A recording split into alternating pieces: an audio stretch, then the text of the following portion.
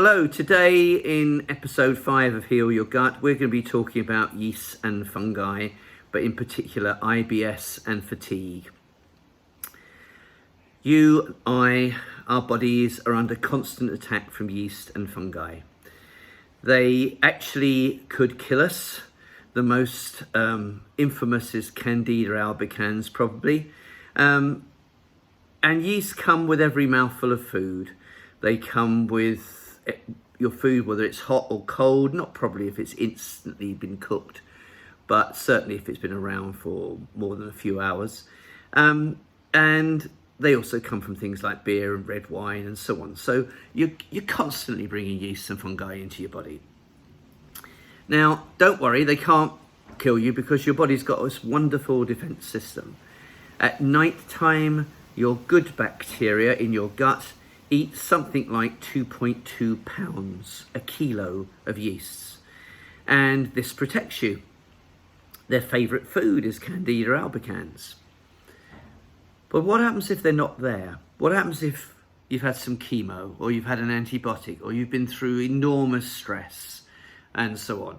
Your good guys are low, and therefore the yeasts don't get all eaten, and they take over the gut. They colonize and so on in the gut.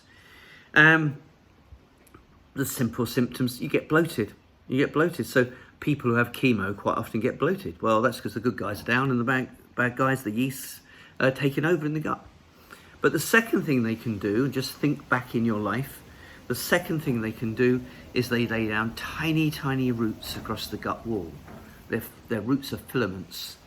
And these holes, actually what can happen is you might feel tired in the middle of the afternoon. Think back 10 or 15 years. Did you ever feel tired for no apparent reason, lunchtime, middle of the afternoon? And what it's all about is that small molecules of food have gone through the holes into your bloodstream. They shouldn't be there. So you poison the blood. And that's really what the holes can do. But it can get worse. And that is that you can eat gluten. Now, I'm not talking about trendy gluten intolerance. I'm just saying you grab a sandwich or you have a plate of pasta or something. Because gluten turns on zonulin in the gut wall, and zonulin makes the holes bigger. And now you've got a really quite damaged wall. And then the yeast themselves get through into the bloodstream.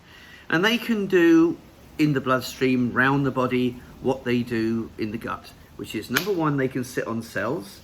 And when they sit on cells, they don't sit on the whole cell, but in this area, they poison the cell because no messages can get in and out. So the cell doesn't work as well. But number two, they colonize. We know they colonize. You leave a yogurt outside for a few weeks and you'll see a big black blob on top. Well, that's unfortunately what they do in your body. I don't know whether it's black or not, but they colonize areas, every nook and cranny in your body they can colonize. And when they colonize your gut or your body, they are anaerobes. They reduce the oxygen. So we know, for example, that people who have yeast in their bloodstream or around their body actually have a lowered oxygen and actually can be more tired. So this is the kind of picture that's building up. Whether you have yeast in your gut and get bloated and put small molecules into your bloodstream, or whether you actually take gluten as well, you can end up with damage to your gut wall, and you can end up with yeast in your bloodstream. You can end up with fatigue, IBS, and chronic fatigue syndrome if those yeasts are accompanied by a few pathogens as well. So the bottom line of all this, and perhaps the simple answer to anybody who's suffered with it for years, is number one, you've got to do 4 things together. So number one, you actually got to change your diet and go on a gut bacteria friendly diet, and make sure it's not a yeast friendly diet, sugar and fructose and lactose and fruit after meals. That would be yeast friendly. Number two, you need to kill the yeast and possibly any pathogens that are there as well. Number three, you need to actually add the good bacteria back into your gut. And number four, you actually need to heal the gut lining. The number of people I see, I do gut rebuilds for people now, the number of people who I see who say, well, I've been doing this for years, but they haven't.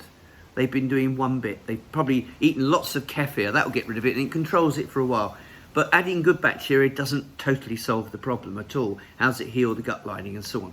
So you have to do all 4 things. Eat the right foods, kill the yeasts and pathogens, actually add good guys, and heal your gut lining. That's what you do, heal your gut. So that's the picture of yeast, and we'll talk about some other things in the next episode.